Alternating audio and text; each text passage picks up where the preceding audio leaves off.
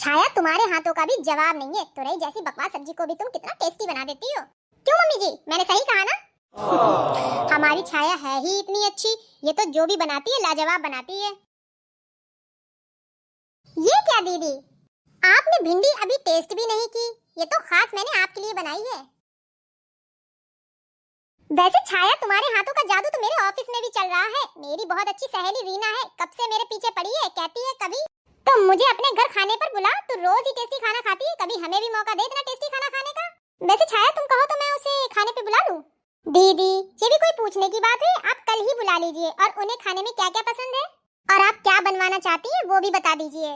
मैं सुबह में सारी सब्जी ले आऊंगी। अब मैं क्या कहूँ छाया, तुम्हें जो सही लगे बना लेना। तुम तो हर चीज परफेक्ट बनाती हो। क्या जरूरत थी तुम्हें भाभी की सहेली को न्योता देने की? मना नहीं कर सकती थी, सहेली भाभी की और उनकी मेहमान नवाजी तुम करोगी।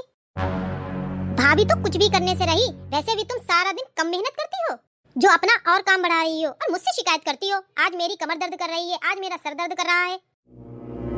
आप भी ना, अब भाभी इतना प्यार से बोल रही थी तो मना कैसे करती? भाभी बहुत चालाक है, तुम्हें चने के झाड़ पर चढ़ा कर वो अपना काम निकलवा लेती है। काम निकलवाना तो कोई मानसी भाभी से सीखे। पिछले 5 सालों से ऐसे ही तारीफें कर करके वो माँ से काम करवाती रही और अब तुम आ गई हो उनकी चाकरी करने के लिए। अपने परिवार के लिए काम करने से कोई नौकर नहीं होता। इंसान काम किस लिए करता है? खाने के लिए ही ना। जब उसे अच्छा खाने को भी नहीं मिलेगा तो काम करने की शक्ति कहाँ से आएगी? आपको चिंता करने की जरूरत नहीं है, मैं कर लूंगी सब अपने आप। यही तो तकलीफ है कि सब कुछ तुम अपने आप करती हो। कभी कभी भाभी को भी काम के लिए बोल दिया करो। इतना सर मत चढ़ाओ, जितना वो दिखती हैं उतनी भली है नहीं। लगता है किसी को जलन हो रही है। हाँ, मेरा दिल जल रहा है। यही मानसी भाभी थी जिन्होंने हमारी शादी के नाम पर हंगामा खड़ा कर दिया था और साफ कह दिया था इन्हें गांव की गवार देवरानी नहीं चाहिए। और अब देखो कैसे मस्का लगाकर सारा काम करवाती हैं। आप भी ना, क्या पुरानी बातें लेकर बैठ गए हैं? उस समय बात कुछ और थी, तब तक भाभी मुझसे मिली नहीं थी। मिलने के बाद हम किसी इंसान को अच्छे से समझ पाते हैं। और आपको तो खुश होना चाहिए कि हम दोनों के बीच इतना प्यार है। और जब मुझे कोई शिकायत नहीं है तो फिर आपको क्या तकलीफ है? तकलीफ है, जब घर सबका है तो काम भी सबका होना चाहिए। तुम अकेले क्यों करती हो? उनके हिस्से का काम भी जब देखो उनके आगे पीछे घूमती रहती हो।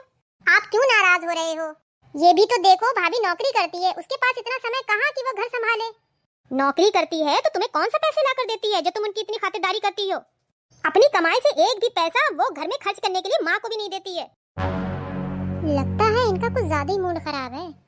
मुझे बहुत नींद आ रही है, आप भी सो जाइए, सुबह ऑफिस भी जाना है ना।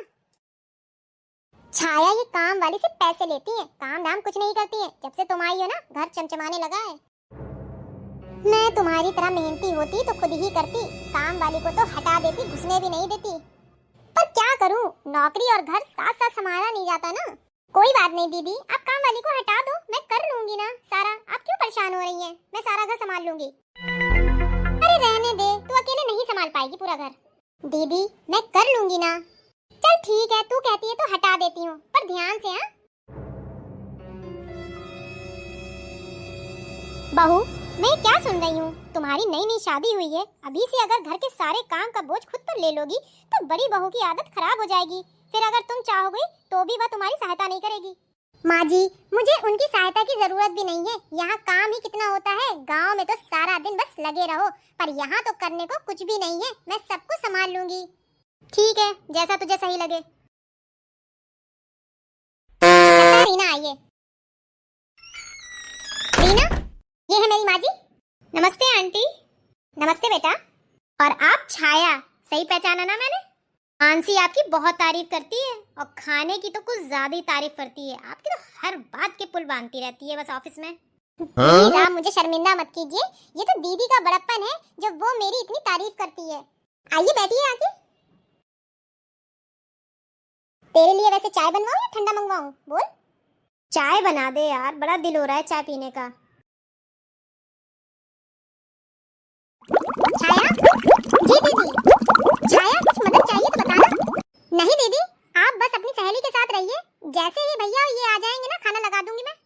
चल ठीक है। अच्छा चल रीना, तुझे घर दिखाती हूँ।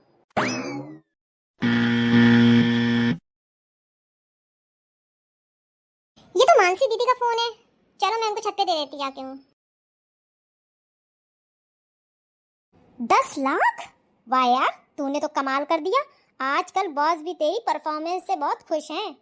वैसे अंदर की खबर है कि शायद तेरा जल्दी प्रमोशन होने वाला है। क्या सच कह रही हो? सुना तो है, पर ये मत भूल, इसमें तेरी गवार देवनानी का बहुत बड़ा हाथ है। क्या यार, किसका नाम ले दिया, सारा मूड खराब कर दिया। वो बेचारी तेरे लिए वहाँ रसोई में पसीना बहा रही है और तू उसे अपनी सफलता का थोड़ा सा क्रेडिट भी नहीं देना चाहती। अरे कुछ नहीं तो बेचारी के लिए सस्ती सी साड़ी ही गिफ्ट कर दे। उसके स्टैंडर्ड की बात कही है, देखना एक साड़ी में ही वो कितनी खुश हो जाएगी। सच कहूँ तो मैंने सोचा नहीं था कि मेरी देवरानी इतनी बड़ी बेवकूफ होगी। अरे तुझे क्या करना है उसे समझदार बना के? तुझे तो पूरा फायदा मिल रहा है उसके बेवकूफ होने का। नहीं तो आज के समय में कौन किसी के लिए इतना करता है। मेरी जेठानी है मजाल जो मेरे लिए कुछ कर दे। वो तो तेरा कितना ख्याल रखती है। सारा घर संभाल लिया और उसी कारण अब तू समय से पहले ऑफिस पहुंचकर बॉस की नजरों में स्टार बन गई। इसका मतलब राजीव सही थे, दीदी का प्यार सिर्फ दिखावा है। मैं उनके लिए जो प्यार से करती हूँ उन्हें वो मेरा गवारपन नजर आता है। ठीक है तो दीदी, अब मैं आपको दिखाती हूँ कि ये गवार क्या कर सकती है। छाया? जी दीदी। छाया, बहुत तेज भूख लग रही है, खाना लगा दो। ये लीजिए दीदी। खिचड़ी? कुछ और नहीं बनाया तुमने? दीदी आज समय नहीं मिला, बहुत व्यस्त थी मैं, पैकिंग कर रही हूँ। कहाँ जा रही हो तुम? दीदी 1 महीने के लिए मायके जा रही हूँ। क्या? 1 महीने के लिए कौन जाता है मायके? और तुम चली गई तो यहाँ कौन संभालेगा? यहाँ सब संभालने के लिए आप हैं तो फिर मुझे कैसी चिंता? तुम इतने दिनों के लिए नहीं जा सकती, मेरे बस का नहीं है ये सब संभालना। दीदी मैं आपसे आज्ञा नहीं ले रही हूँ, बता रही हूँ 1 महीने के लिए मैं जा रही हूँ और आपको ही घर संभालना है। छाया प्लीज, अभी कुछ दिनों के लिए अपना जाना रोक दो। ऑफिस में बहुत जरूरी असाइनमेंट आया हुआ है, अगर वह समय पर पूरा नहीं हुआ तो मेरा प्रमोशन रुक जाएगा। दीदी मेरा जाना तो पक्का है, आप कुछ और इंतजाम करो। वैसे भी नौकरी आपकी है तो रास्ता भी आपको ही तलाशना होगा। मैं कब तक आपकी सहायता करती रहूंगी? मेरी भी अपनी कुछ निजी समस्याएं हैं और जरूरतें हैं। तुम समझती क्या हो खुद को, गवार कहीं की? तुम्हें प्रमोशन का मतलब भी पता है? कितनी मुश्किलों से ये समय आया है और मैं इस चूल्हे चौके के लिए इतना अच्छा मौका गवा दूं? देखिए माँ जी, इसे अभी मायके जाना है जब मुझे इसकी सबसे ज्यादा जरूरत है। बहू तुम्हें इसकी क्या जरूरत है? और तुम्हारी जरूरत पर छोटी बहू अपना जाना क्यों कैंसिल करे? तुम कौन सा उसे तनख्वाह ला के देती हो? वो अपनी मर्जी की मालिक है। अच्छा होगा कि तुम बेकार की बातें छोड़कर ये सोचो कि इस 1 महीने में तुम घर और ऑफिस कैसे संभालोगी। माँ जी 1 महीना नहीं, अब हम दोनों मिलकर घर संभालेंगे। आप हमारे काम का बंटवारा कर दीजिए, क्योंकि मायके से लौटने के बाद मैं भी नौकरी शुरू करूंगी, इसीलिए जा रही हूँ ताकि वहाँ अच्छा समय बिता सकूं। बाद में तो पता नहीं कब जाना हो। तुम नौकरी करोगी? कौन देगा तुम्हें नौकरी? कोई तो दे ही देगा, मुझे भी तो आपकी तरह 10 लाख कमाने हैं। इसका मतलब तुम उस रात छुपकर हमारी बातें सुन रही थी? गवार कहीं की, तुम्हें इतनी भी तमीज नहीं है, ऐसे किसी की बातें नहीं सुनते? सुनी तभी तो आपका ये मतलबी चेहरा सामने आया है। आप वहाँ ऑफिस में आराम से एसी में बैठकर काम करती हैं, फिर भी थकान कर रोना रोती हैं। मैं तो यहाँ पूरा दिन पसीने में नहाती हूँ, फिर भी मेरे काम का कोई महत्व नहीं। क्या मुझे थकान नहीं होती? इसलिए अब सोच लिया है किसी दूसरे के लिए काम करने से अच्छा है मैं वो काम करूँ जिससे पैसे और इज्जत दोनों मिले। पता नहीं अपने आप क्या समझती है, देखते हुए से कौन नौकरी देगा। देखा, मैंने तुमसे कहा था ना, भाभी केवल अपने मतलब के लिए तुम्हारा इस्तेमाल कर रही थी। अच्छा है जो तुम्हारी आंखें खुल गईं। चलो देर आए दुरुस्त आए।